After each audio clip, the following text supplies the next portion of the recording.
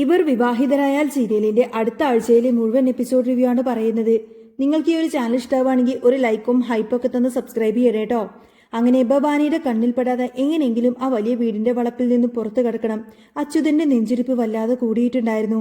ഓരോ ചുവട് വെക്കുമ്പോഴും കാലുകൾ വിറക്കുന്നുണ്ട്. വലിയ ഗേറ്റിന് ഇനിയും കുറച്ചധികം ദൂരമുണ്ട്. ഒരു ശബ്ദമുണ്ടാക്കിയ അല്ലെങ്കിൽ ഒന്ന് കാലുവഴുതിയ എല്ലാം തീർന്നു. അയാളെ ചുറ്റുമൊന്ന് നോക്കി ആരും കാണുന്നില്ല എന്ന് ഉറപ്പുവരുത്തി പതുക്കെ നടക്കാൻ തുടങ്ങി. മുകളിലെ ബാൽക്കണിയിൽ ഭവാനി ഫോണിൽ ആരോട് സംസാരിച്ച് നിൽക്കുകയായിരുന്നു. അവർ താഴേക്ക് നോക്കിയിട്ടില്ല. അച്യുതൻ ശ്വാസം അടക്കി പിടിച്ച് ഗേറ്റ് ലക്ഷ്യമാക്കി നടന്നു. കുറച്ചു ദൂരം ചെന്നപ്പോൾ എന്തോ ഒരു തോന്നലിന്റെ പുറത്ത് അയാൾ പുറകിലേക്കൊന്ന് തിരിഞ്ഞു നോക്കി. ആ നിമിഷം മുകളിൽ നിന്നിരുന്ന ഭവാനിയുടെ കണ്ണുകൾ താഴേക്ക് നീണ്ടു. അവരുടെ നോട്ടം നേരെ ചെന്ന് നിന്നത് അച്യുതന്റെ മുഖത്തേക്കാണ്. രണ്ടുപേരുടെയും കണ്ണുകൾ തമ്മിൽ ഉടക്കി. ഭവാനിയുടെ മുഖത്ത് ഭാവം പെട്ടെന്നിന് മാറി. അതൊരു ഞെട്ടലായിരുന്നു. പിന്നെ അത് കടുത്ത ദേഷ്യമായി മാറി. അച്യുതന് മനസ്സിലായി താൻ പിടിക്കപ്പെട്ടിരിക്കുന്നു എന്ന്. ഇനി അവിടെ ഒരു നിമിഷം പോലും നിൽക്കാൻ പാടില്ല. അയാളുടെ ഉള്ളിലെ ഭയം ഒരു വല്ലാത്ത ഊർജമായി മാറി. തിരിഞ്ഞു നോക്കാതെ അയാൾ ഒറ്റ ഓട്ടമങ്ങ് വെച്ചു. ഗേറ്റ് കിടന്ന് പുറത്തെ റോഡിലൂടെ സ്വന്തം ജീവനും കൊണ്ട് അയാൾ ഓടി. പിന്നിൽ ഭവാനിയുടെ അലർച്ചയുണ്ടാവുമോ എന്ന് അയാൾ ഭയന്നു. പക്ഷേ അയാൾ നിർത്താതെ ഓടിക്കൊണ്ടേയിരുന്നു. ഇതേ സമയം തറവാട്ടിൽ വലിയൊരു പൂജ നടക്കുകയാണ്. ചുറ്റും അലങ്കാരങ്ങൾ. ചന്ദനത്തിരിയുടെയും കർപ്പൂരത്തിന്റെയും ഗന്ധം അവിടെ ആകെ നിറഞ്ഞു നിൽക്കുന്നുണ്ട്. അജയുടെയും അഞ്ജനയുടെയും വിവാഹത്തിന് മുന്നോടിയായിട്ടുള്ള പൂജയാണത്. എല്ലാവരും നല്ല സന്തോഷത്തിലാണ്. അഞ്ജന വളരെ അണിഞ്ഞൊരുങ്ങി ഭവാനിയുടെ കൂടെ തന്നെ നിൽക്കുന്നുണ്ട്. പൂജയുടെ അവസാന ഭാഗമായി നിലവിളക്കിൽ തിരി തെളിക്കാനുള്ള സമയമായി. അഞ്ജന വേഗം മുത്തശ്ശിയുടെ അടുത്തേക്ക് ചെന്നു. വളരെയധികം വിനയം നടിച്ചുകൊണ്ട് അവൾ ചോദിച്ചു, മുത്തശ്ശി, ഈ നിലവിളക്കിൽ ഞാനും അജയേട്ടനും കൂടി ഒരുമിച്ച് തെളിച്ചോട്ടെ? മുത്തശ്ശിക്കത് കേട്ടപ്പോൾ വലിയ സന്തോഷമായി. അവർ പൂജാരിയായ തിരുമേനിയെ നോക്കി. അത് വലിയൊരു കാര്യമാണല്ലോ. വിവാഹം കഴിക്കാൻ പോകുന്ന കുട്ടികൾ ഒരുമിച്ച് തിരി തെളിക്കുന്നത് നല്ലതല്ലേ തിരുമേനി? മുത്തശ്ശി ചോദിച്ചു. അതിനെന്താ, വളരെ നല്ല കാര്യമാണ്, തിരുമേനി ചിരിച്ചുകൊണ്ട് പറഞ്ഞു. വിവാഹം കഴിക്കാൻ പോകുന്നവർ ഇങ്ങനെ ഒരുമിച്ച് ഈശ്വരന് മുന്നിൽ ദീപം തെളിക്കുന്നത് ഐശ്വര്യമാണ്. അവരുടെ കുടുംബജീവിതത്തിനും വളരെയധികം സന്തോഷമുള്ളതാവും. പരസ്പര വിശ്വാസത്തോടെയും സ്നേഹത്തോടെയും അവർക്ക് ഒരുപാട് കാലം ജീവിക്കാനും പറ്റും. ഇതൊക്കെ കേട്ടപ്പോൾ അഞ്ജനയുടെ മുഖത്ത് വല്ലാത്തൊരു അഹങ്കാരവും സന്തോഷവും വിടർന്നു. അവൾ അജയന്റെ അടുത്തേക്ക് ചെന്നു. അവന്റെ കയ്യിൽ പിടിച്ചു. രണ്ടുപേരും കൂടി വിളക്കിനടുത്തേക്ക് നടന്നു. എല്ലാവരും ഭയങ്കര ആകാംക്ഷയോടുകൂടെ അവരെ തന്നെ നോക്കി നിൽക്കുകയാണ്. ആ വലിയ ഹാളിൽ നല്ലൊരു തിരക്കുണ്ടായിരുന്നു. ജോലിക്കാരും ബന്ധുക്കളെല്ലാം തന്നെ അങ്ങോട്ടും ഇങ്ങോട്ടും നടക്കുന്നുണ്ട്. ഭൂമിജ അവിടെ ഒരു മൂലയിൽ നിൽക്കുന്നുണ്ടായിരുന്നു. അജയും അഞ്ജനയും നോക്കുമ്പോൾ അവളുടെ ഉള്ളിൽ എന്തോ ഒരു സങ്കടം തോന്നി. പെട്ടെന്ന് തന്നെ തിരക്കിടയിൽ ആരോ ഒരാൾ ഭൂമിയെ ശക്തമായി ഒന്ന് തട്ടിമറിച്ചു. അവൾ ബാലൻസ് കിട്ടിയില്ല. പെട്ടെന്ന് മുന്നോട്ട് ആഞ്ഞുപോയ ഭൂമിജ നേരെ ചെന്ന് വീണത് അജയന്റെ ദേഹത്തേക്കാണ്. അപ്രതീക്ഷിതമായി ആ തളലിൽ അജയൊന്ന് പതറി. അവൻ നേരെ അഞ്ജനയുടെ ദേഹത്തേക്കങ്ങ് വീഴാൻ പോയി. അഞ്ജനയുടെ കയ്യിൽ നിന്ന് ഒരു തിരി താഴേക്ക് വീഴാൻ തുടങ്ങുകയായിരുന്നു. ആ നിമിഷം എല്ലാവരും ശ്വാസം അടക്കി പിടിച്ച് നിന്നുപോയി. ഭഗവാന്റെ മുന്നിൽ കത്തിക്കാൻ വെച്ച തിരി താഴേക്ക് വീണാൽ അത് വലിയ അപശകുനമാണ്. പക്ഷേ അത് താഴേക്ക് വീഴുന്നതിന് മുൻപ് തന്നെ ഭൂമിജ പെട്ടെന്ന് ആ വിളക്കിലങ്ങ് കയറി പിടിച്ചു. ഇതേ സമയം തന്നെ അജയുടെ കൈയും അവിടെ തന്നെ ഉണ്ടായിരുന്നു. ആരും പ്രതീക്ഷിക്കാത്തൊരു കാര്യമാണ് പെട്ടെന്ന് അവിടെ വെച്ച് സംഭവിച്ചത്. അജയന്റെയും ഭൂമിജയുടെയും കൈകൾ ഒന്നിച്ചു ചേർന്നുകൊണ്ട് ആ നിലവിളക്കിലങ്ങ് തിരി തെളിച്ചു കഴിഞ്ഞിരിക്കുന്നു. പ്രകാശം ആ ഹാളിലാകെ നിറഞ്ഞു. എല്ലാവരും ആകെ ഷോക്കേറ്റതുപോലെ നിന്നുപോയി. തിരുമേനി വളരെ അത്ഭുതത്തോടുകൂടി അവരെ രണ്ടുപേരെയും മാറി മാറി നോക്കി. അദ്ദേഹത്തിന് ആ നിമിഷം ഒരു കാര്യം ഉറപ്പായിരുന്നു. ഈശ്വരൻ നിശ്ചയിച്ച കാര്യങ്ങൾ ആർക്കും മാറ്റാൻ കഴിയില്ല എന്ന്. ഇവർ രണ്ടുപേരുമാണ് ഒന്നിക്കേണ്ടവർ. അതുകൊണ്ടാണ് ദൈവം ഇങ്ങനൊരു അവസരം ഉണ്ടാക്കി കൊടുത്തത്. തിരുമേനിയുടെ ചുണ്ടിൽ ഒരു ചെറിയ പുഞ്ചിരി വിടർന്നു. പക്ഷേ അഞ്ജനയുടെയും ഭവാനിയുടെയും മുഖത്ത് ദേഷ്യം കൊണ്ട് ചുവന്നു. തന്റെ കയ്യിൽ നിന്ന് പോയ ആ ഒരു നിമിഷം ഭൂമി തട്ടിയെടുക്കുന്നത് അഞ്ജനക്കത് സഹിക്കാൻ കഴിഞ്ഞില്ല. ഭവാനി മുന്നോട്ട് വന്ന് ഭൂമിജിയുടെ മുഖത്തേക്ക് നോക്കി അലറി, എന്ത് വൃത്തികേടാടി നീ കാണിച്ചത്? അങ്ങനെ ചോദിച്ചുകൊണ്ട് ഭവാനി ഭൂമിജയുടെ കവിളത്ത് ആഞ്ഞൊരടി അങ്ങ് കൊടുത്തു. അടിയുടെ ആഘാതത്തിൽ ഭൂമിജ ഒന്ന് വേച്ചുപോയി. അവളുടെ കവിളിൽ കൈവച്ചുകൊണ്ട് അവൾ കരഞ്ഞുകൊണ്ട് നിന്നു. ഭവാനി വീണ്ടും ദേഷ്യപ്പെട്ടു. നീ ഈ പൂജക്ക് വന്നത് തന്നെ വലിയൊരു അപശകുനമാണ്. എന്റെ മോളും അജയും കൂടി കൊളുത്തേണ്ട തീയാണ് നീ ഇപ്പൊ കയറി കൊളുത്തിയിരിക്കുന്നത്. നിനക്ക് ഇത്ര അഹങ്കാരമോ? അഞ്ജനക്ക് ദേഷ്യം നിയന്ത്രിക്കാൻ കഴിഞ്ഞില്ല. അവൾ മുത്തശ്ശിയെ മറ്റുള്ളവരെയൊക്കെ നോക്കി ഉച്ചത്തിൽ തന്നെ വിളിച്ചു പറഞ്ഞു, ഞാൻ അപ്പോഴേ പറഞ്ഞതല്ലേ മുത്തശ്ശി, ഇതുപോലെ ആവശ്യമില്ലാത്ത ആൾക്കാരൊന്നും ഇങ്ങോട്ടേക്ക് വിളിച്ചു വരുത്തരുതെന്ന്. കണ്ടില്ലേ അവൾ കാണിച്ച പണി? ഞാനും അജയേട്ടനും കൂടി തിരി തെളിക്കുന്നതിന് പകരം അവൾ കയറി തിളി കൊടുത്തിരിക്കുന്നു. എനിക്കത് സഹിക്കാൻ പറ്റുന്നില്ല. ഞാൻ എല്ലാം കൂടി നശിപ്പിക്കും. അഞ്ജന ദേഷ്യത്തോടു കൂടി അകത്തേക്ക് കയറിപ്പോയി. ഭൂമിജ കണ്ണീരോടുകൂടെ മുത്തശ്ശിയെ നോക്കി പറഞ്ഞു, സോറി മുത്തശ്ശി, ഞാൻ സത്യമായിട്ടും മനഃപൂർവ്വം ചെയ്തതല്ല. എന്നെ ആരോ പുറകിൽ നിന്നും തള്ളിയതാ. മുത്തശ്ശി അവളെ സമാധാനിപ്പിച്ചു. സാരമില്ല മോളെ, എനിക്ക് മനസ്സിലായി. അതിനൊന്നും ഒരു കുഴപ്പവുമില്ല. നീ വിഷമിക്കാതെ. അതിനുശേഷം സദ്യയുടെ മറ്റു കാര്യങ്ങളുടെ തിരക്കിലേക്ക് എല്ലാവരും മാറി. ഭൂമിജ അടുക്കളയിലേക്ക് പോവുമായിരുന്നു. എന്നാൽ അവളുടെ പിന്നാലെ വലിയ ദേഷ്യത്തോടു കൂടെ തന്നെ അഞ്ജന നടന്നു പോരുകയാണ്. അജയ് അത് കണ്ടു. എന്തോ പ്രശ്നം നടക്കാൻ പോകുന്നുണ്ട് എന്ന് അജയ്ക്ക് മനസ്സിലായി. അവൻ പതുക്കെ അവളുടെ പിന്നാലെ തന്നെ പോയി. അടുക്കളയിലേക്ക് ഒരു വശത്ത് അഞ്ജന ഭൂമിജയെ തടഞ്ഞു നിർത്തി. അഞ്ജനയുടെ കണ്ണുകളിൽ നിന്നും തീ പാറുന്നുണ്ടായിരുന്നു. എടി, നീ ഒരു വലിയ അഹങ്കാരിയാണടി. അഞ്ജന ചീറിപ്പൊട്ടി. ഒരു ചെറ്റപ്പുരയിൽ ജനിച്ചു വളർന്ന നിനക്ക് ഇത്രയും വലിയൊരു തറവാട്ടിൽ വന്നാൽ എങ്ങനെ നിൽക്കണമെന്ന് പോലും അറിയില്ലേ? ഒരു കോമൺ സെൻസ് പോലും ഇല്ലാത്തവള്. എത്ര വരെയാടി നീ പഠിച്ചത്? 8ാം ക്ലാസ്സിലാണോ അതോ 10ാം ക്ലാസ്സിലോ? ഭൂമിജ തല താഴ്ത്തി നിന്ന് എല്ലാം കേട്ടു നിൽക്കുമായിരുന്നു. അവൾക്കൊന്നും തന്നെ തിരിച്ചു പറയാൻ തോന്നിയില്ല. പക്ഷേ അഞ്ജന അവിടെ നിർത്തിയില്ല. നിന്റെ വിചാരം നീ വലിയൊരു മഹാറാണിയാണെന്നാണോ? എന്റെ 7 അയലത്ത് നിൽക്കാനുള്ള സൗന്ദര്യം പോലും നിനക്കുണ്ടോടി? എനിക്കുള്ളതിന്റെ പകുതി സമ്പത്തെങ്കിലും നിന്റെ വീട്ടുകാർക്കുണ്ടോ? നിനക്ക് യാതൊരുവിധ മര്യാദയുമില്ല. അഞ്ജനയുടെ വാക്കുകൾ ഓരോന്നും ഭൂമിജിയുടെ നെഞ്ചിൽ അമ്പ് പോലെ തറക്കുന്നുണ്ടായിരുന്നു. അപ്പോഴാണ് അഞ്ജന അടുത്ത വാക്ക് പറഞ്ഞത്. നിന്റെ അച്ഛൻ ആരാടി? ഏത് തെരുവിലാടി അയാൾ ജീവിക്കുന്നത്? ഏതായാലും എനിക്കൊരു കാര്യം മനസ്സിലായി. നീ ഒരു അച്ഛനില്ലാത്തവളാടി. ആ നിമിഷം ഭൂമിജിയുടെ ഉള്ളിൽ എന്തോ ഒന്ന് പൊട്ടിത്തെറിച്ചു. തന്നെക്കുറിച്ച് എന്ത് പറഞ്ഞാലും അവൾ സഹിക്കുമായിരുന്നു. പക്ഷേ തന്റെ സ്വന്തം അച്ഛനെക്കുറിച്ച് താൻ ജീവന് തുല്യ സ്നേഹിക്കുന്ന തന്റെ അച്ഛനെക്കുറിച്ച് പറഞ്ഞപ്പോൾ അവൾക്കത് താങ്ങാൻ കഴിഞ്ഞില്ല. അവളുടെ കൈയും കാലും ദേഷ്യം കൊണ്ട് വിറക്കാൻ തുടങ്ങി. അജയ് അപ്പോഴേക്കും അവിടേക്ക് എത്തിയിരുന്നു. അവൻ അഞ്ജനയെ തടയാൻ ശ്രമിച്ചു. പക്ഷേ എല്ലാം വളരെ പെട്ടെന്നായിരുന്നു സംഭവിച്ചത്.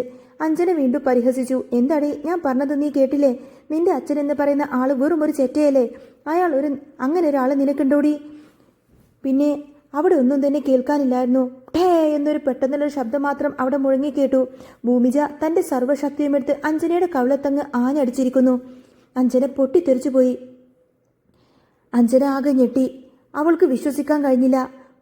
ഭൂമിജ വിരൽ ചൂണ്ടി ദേഷ്യത്തോട് പറഞ്ഞു. എന്നെ നീ എല്ലടി തല്ലിയത്? നിന്നെ ഞാൻ ആരാണെന്ന് ഞാൻ കാണിച്ചു തരാം. അഞ്ജന കരഞ്ഞുകൊണ്ട് അലറിക്കൊണ്ടും അകത്തേക്ക് ഓടി. അജയ് ഇതൊക്കെ കണ്ടുകൊണ്ട് തന്നെ അവിടെ നിൽക്കുന്നുണ്ടായിരുന്നു. പക്ഷേ അവനൊന്നും തന്നെ പറഞ്ഞില്ല. അവന് ഭൂമിയോട് ദേഷ്യമൊന്നും തോന്നിയില്ല. കാരണം അവൾ ചെയ്തതാണ് ശരിയെന്ന് അവനറിയാമായിരുന്നു.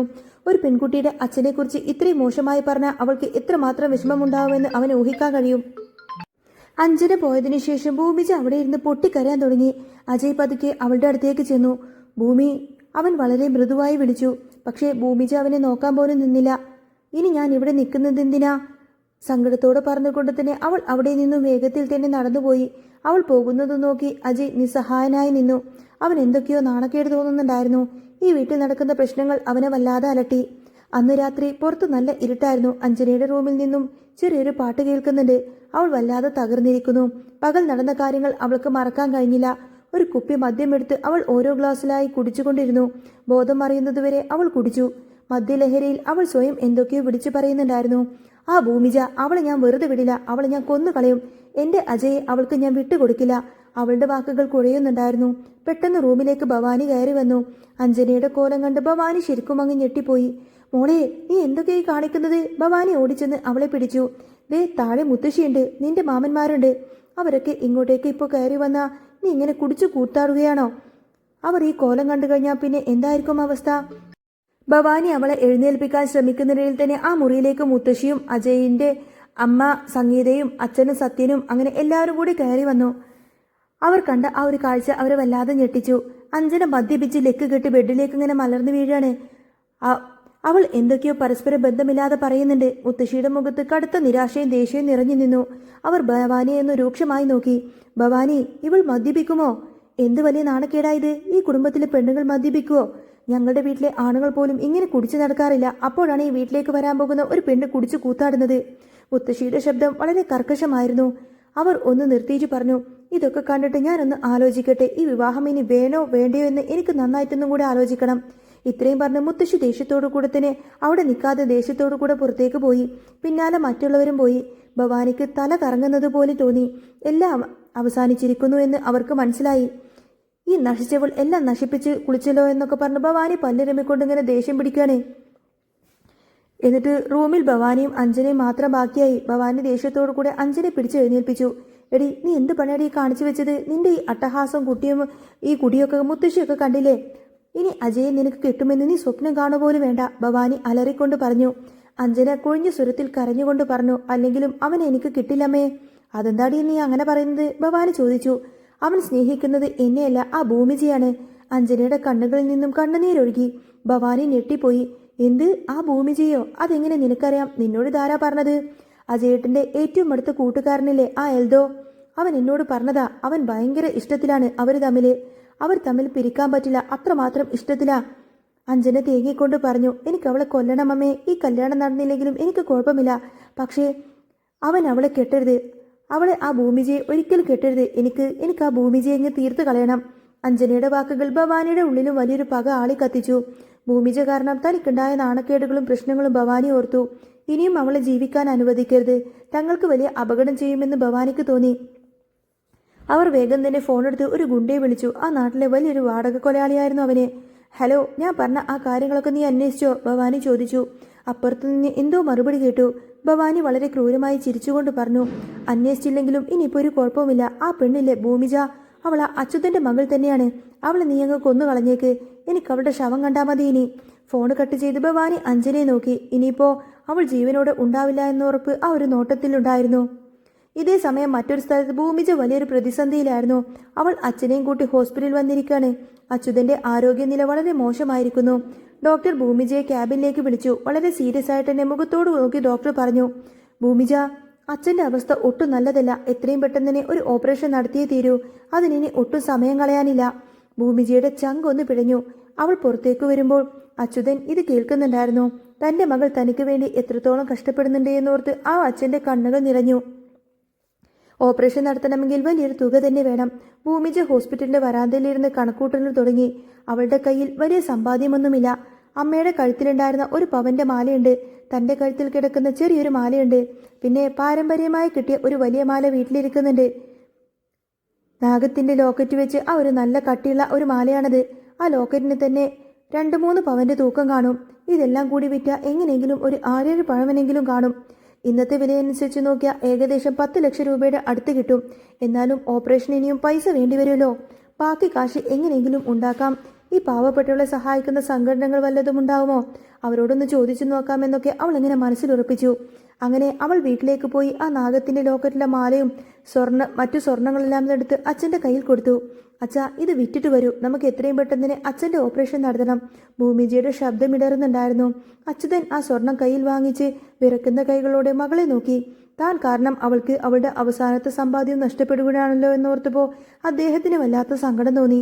എങ്കിലും മകളുടെ നിർബന്ധത്തിന് മുന്നിൽ വഴങ്ങാതെ അദ്ദേഹത്തിന് വേറെ വഴിയില്ലായിരുന്നു. സ്വർണമെല്ലാം തന്നെ പിടിച്ചു പതുക്കെ നീങ്ങി നടക്കുന്ന അച്യുതനെ നോക്കി ഭൂമിജ കണ്ണീരോടുകൂടെ പ്രാർത്ഥിച്ചു നിന്നു. ഒരു വശത്ത് മരണവുമായി മല്ലടിക്കുന്ന അച്ഛൻ, മറുവശത്ത് അവളെ തേടി വരുന്ന കൊലയാളി. അങ്ങനെ അവളുടെ ജീവിതം വലിയൊരു ഇരുട്ടിലേക്ക് തന്നെ പോവുകയായിരുന്നു. ഒട്ടും പ്രതീക്ഷിക്കാത്ത രീതിയിലുള്ള വമ്പൻ ട്വിസ്റ്റ് നിറഞ്ഞ എപ്പിസോഡുകളാട്ടോ ഇനി വരാൻ പോകുന്നത്. അപ്പോൾ നിങ്ങൾക്ക് ഈ ഒരു ചാനൽ ഇഷ്ടമാവുകയാണെങ്കിൽ സബ്സ്ക്രൈബ് ചെയ്യാനും സപ്പോർട്ട് ചെയ്യാനും മറക്കല്ലേ. നെക്സ്റ്റ് വീഡിയോ ഉടനെ വരാം. ബൈ.